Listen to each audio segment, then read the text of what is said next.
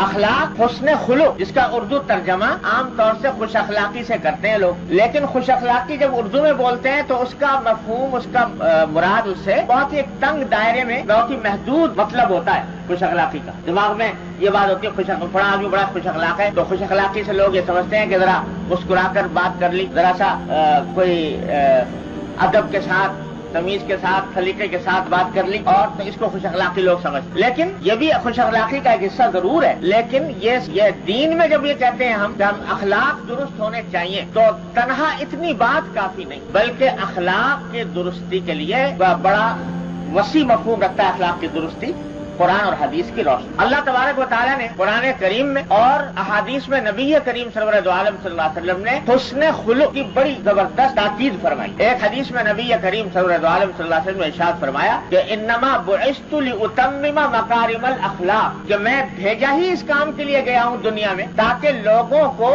اعلیٰ درجے کے اخلاق، ان کے اخلاق کی تکمیل کروں، ان کے اخلاق کو درست بناؤں۔ اس کام کے لیے مجھے بھیجا گیا۔ اپنی بعثت کا مقصد آپ نے یہ بیان فرمایا کہ اخلاق کی درستی اور اس کی تکمیل۔ اور مشہور آیت ہے جس میں نبی کریم صلی اللہ علیہ وسلم کو دنیا میں بھیجنے کے مقاصد بیان فرمائے، تو فرمایا ہم نے اس لیے بھیجا تاکہ یہ قرآن کی آیتوں کی تلاوت کرے، کتاب اور حکمت کی تعلیم دے اور تزکیہ کرے، پاک صاف بنائے ہوں۔ پاک صاف کس چیز کو بنائے؟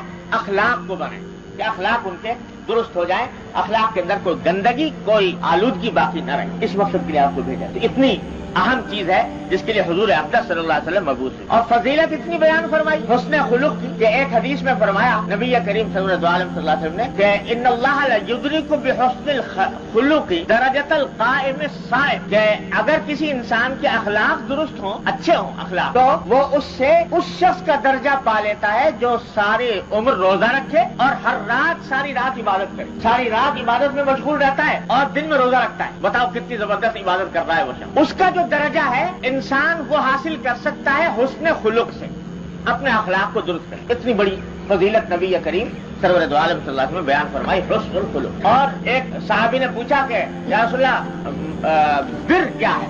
بر کے معنی نیکی جسے اردو میں کہتے ہیں۔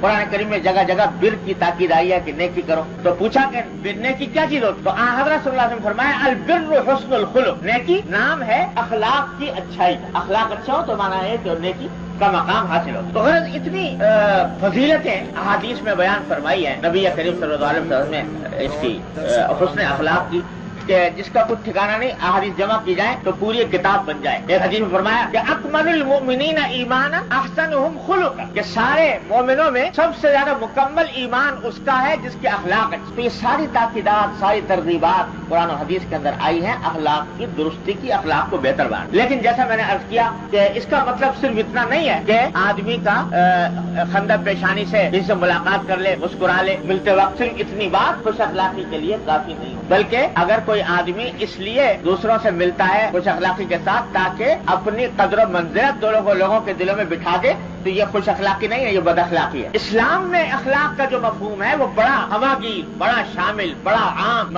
مفہوم ہے۔ اخلاق جمع ہے خلق کی، ذرا خوب سمجھ لیجئے، اخلاق جمع ہے خلق کی، اور خلق کے معنی ہوتے ہیں یہ اندر کی ایک کیفیت ہوتی ہے، دل کی اندر کی کیفیت ہوتی ہے کہ انسان کے باطن میں، انسان کے دل میں ایسی صفتیں پیدا ہو جائیں جو اللہ کو مطلوب ہیں، اور ایسی صفتوں سے دل خالی ہو جائے جو اللہ کو مبغوض ہیں، اللہ کو ناپسند۔ یہ ہے خلق، حسن خلق۔ چنانچہ یہ حسن خلق جو ہے یہ ہمارے ہاتھ پاؤں کا کام نہیں، چہرے بشرے کا کام نہیں۔ چہرہ بشرا اور ہاتھ پاؤں اس کو ظاہر ضرور کرتے ہیں، لیکن کام یہ ہاتھ پاؤں کا اور چہرے بشرے کا نہیں ہے، اس کا تعلق دل سے ہے، کہ دل کی درستی ہو، دل کے اندر صحیح صفتیں پیدا ہو اور بری صفتوں سے انسان کا دل پاک۔ اب یہ کیا کہ صاحب مل تو لیے مسکرا کے اور بظاہر بڑے اچھے طریقے سے پیش آئے، اندر دل کے اندر بغض بھرا ہوا ہے، کینہ بھرا ہوا ہے، حسد بھرا ہوا ہے، دل میں یہ خیال ہے کہ یہ آگے کیوں بڑھ گیا، اس کے پاس دولت کیوں زیادہ آ گئی، یہ کیوں ہم سے آگے نکل گیا، اس قسم کے خیالات دل میں بھرے ہوئے ہیں، اور زبان سے میٹھی میٹھی باتیں کر رہا ہے اور